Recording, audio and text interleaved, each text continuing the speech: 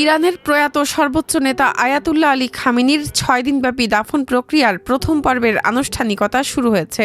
এর অংশ হিসেবে তেহরানের গ্র্যান্ড মোসাল্লায় তার মরদেহ রাখা হয়েছে। বিদেশি অতিথি ও বিভিন্ন ধর্মীয় ব্যক্তিত্ব মরদেহের প্রতি শ্রদ্ধা নিবেদন করছেন।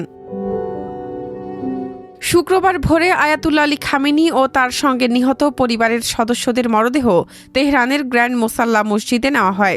এরপর শুরু হয় শ্রদ্ধা নিবেদনের আনুষ্ঠানিকতা। খামেনিকে শ্রদ্ধা জানাতে এসেছেন বিদেশি নেতারা। ইরানে স্বীকৃত বিভিন্ন ধর্মীয় সংখ্যালঘু সম্প্রদায়ের প্রতিনিধিরাও অনুষ্ঠানে অংশ নিয়ে প্রয়াত নেতার প্রতি শ্রদ্ধা নিবেদন করেন।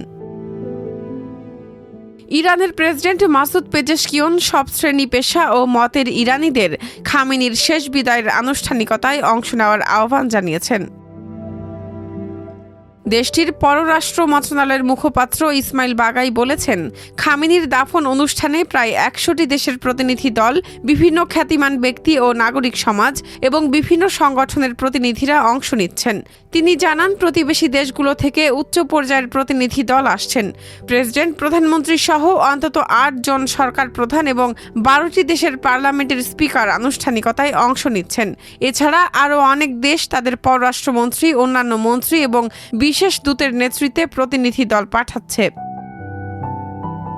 ইসমাইল বাগাই আরও বলেন, পূর্ব ইউরোপের বিভিন্ন দেশের সরকারি প্রতিনিধি দল, বিশিষ্ট ব্যক্তি ও পার্লামেন্টের সদস্যরা শেষ বিদায় অনুষ্ঠানে উপস্থিত থাকবেন।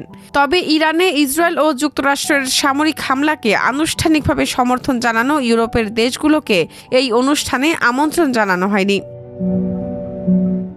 ইরানের কর্মকর্তাদের ধারণা, দাফন অনুষ্ঠানে 1,50,00,000 থেকে 2 কোটি মানুষ অংশ নিতে পারেন।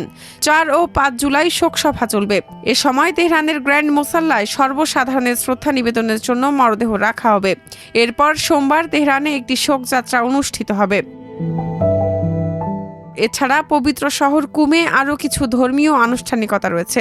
পরে ইরাকের রাজধানী বাগদাদ এবং শিয়াদের পবিত্র শহর কারবালা ও নাজাফে ইরানের সর্বোচ্চ নেতার স্মরণ অনুষ্ঠান হবে। সবশেষে 9 জুলাই মাশহাদে আয়াতুল্লাহ আলী খামেনিকে দাফন করা হবে।